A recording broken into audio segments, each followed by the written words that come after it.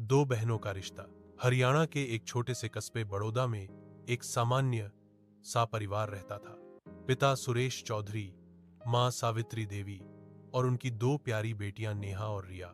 नेहा बड़ी थी, समझदार, जिम्मेदार और परिवार के हर काम में आगे, जबकि रिया छोटी थी, नटखट, चंचल और सपनों में खोई रहने वाली। दोनों में उम्र का फर्क 5 साल का था, लेकिन प्यार ऐसा कि एक के बिना दूसरी अधूरी लगती थी। बचपन की यादें। हर सुबह नेहा जल्दी उठती, मां की मदद करती, चाय बनाना, झाड़ू लगाना, पापा का टिफिन तैयार करना।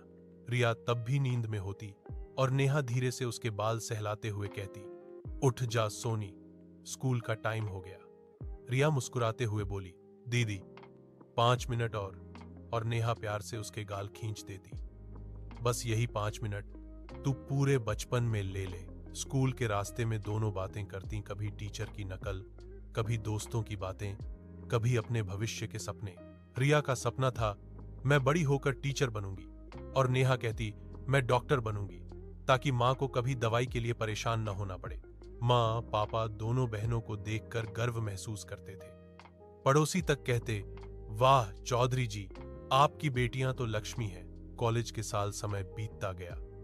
नेहा ने पढ़ाई में टॉप किया और शहर के बड़े कॉलेज में एडमिशन ले लिया। रिया अभी 10वीं में थी, लेकिन हर शाम नेहा से फोन पर बातें करती। दीदी, तू खाना ठीक से खा रही है? हाँ पगली, मैं अब बच्ची नहीं हूं। दीदी, मुझे तेरे बिना नींद नहीं आती।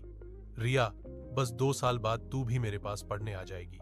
उनकी बातें कभी खत्म नहीं होती। पर जैसे जैसे नेहा शहर की जिंदगी में आगे बढ़ी, उसकी दिनचर्या बदलने लगी। क्लास, प्रोजेक्ट, इंटर्नशिप, नए दोस्त, सब में वो व्यस्त रहने लगी। रिया अक्सर कॉल करती, लेकिन कभी कभी नेहा जवाब नहीं दे पाती। रिया को बुरा लगता, पर वो समझती थी, दीदी पढ़ रही है, उसके पास टाइम नहीं होगा। दर एक मोड़ एक दिन अचानक घर में तूफान आ गया। पिता सुरेश जी का एक्सीडेंट हो गया। खबर सुनते ही नेहा कॉलेज छोड़कर गांव लौट आई। मां सदमे में थी और रिया रोकर बेहाल। नेहा ने सब संभाल लिया, अस्पताल के चक्कर, कागजी काम, मां को संभालना। 1 हफ्ते बाद पापा का निधन हो गया। घर जैसे सूना हो गया था। उस रात रिया ने नेहा से कहा, दीदी अब तू कहीं मत जा, मुझे तेरी बहुत जरूरत है। नेहा ने उसे गले लगाया और बोली, मैं अब कभी तुझे अकेला नहीं छोड़ूंगी।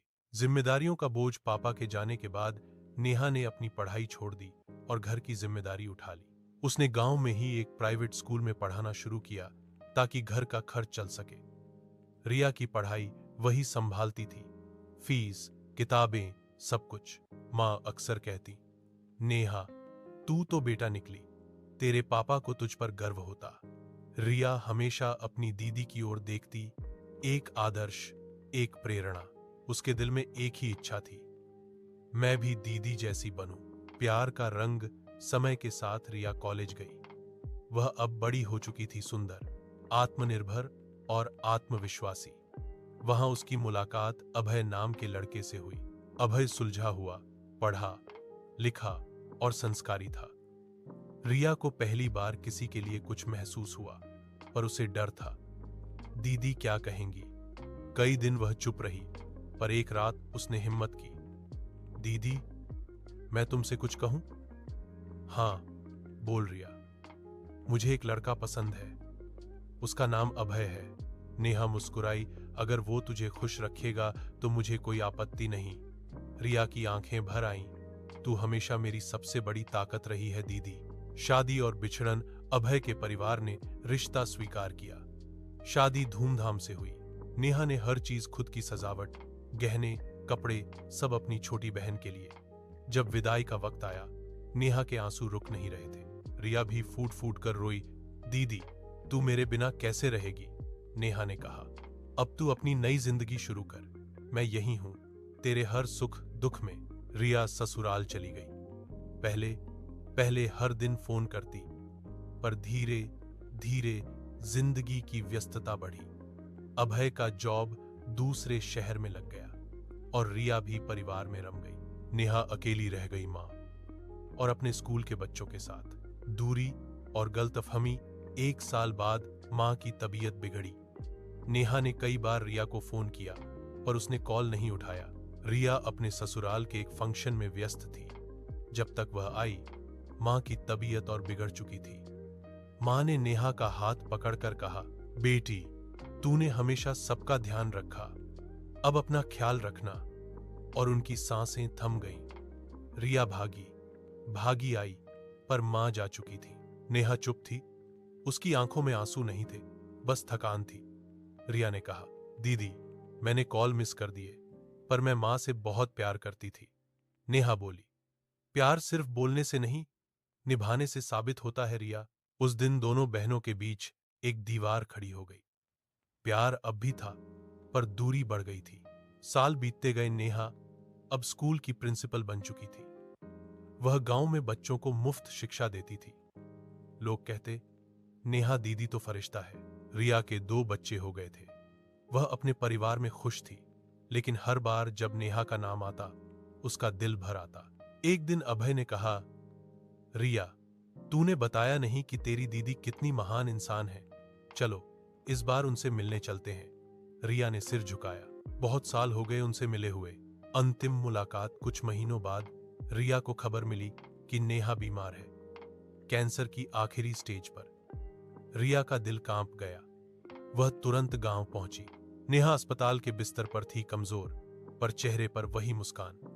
रिया ने हाथ पकड़कर कहा, दीदी, मुझे माफ कर दे, मैं तुझसे दूर हो गई थी। नेहा ने हल्की आवाज में कहा, पगली, बहनें कभी दूर नहीं होती, तू मेरी सांसों में है। रिया फूट फूट कर रोने लगी। नेहा ने उसके सिर पर हाथ फेरा और बोली, तू खुश रहना रिया, यही मेरी आखिरी ख्वाहिश है।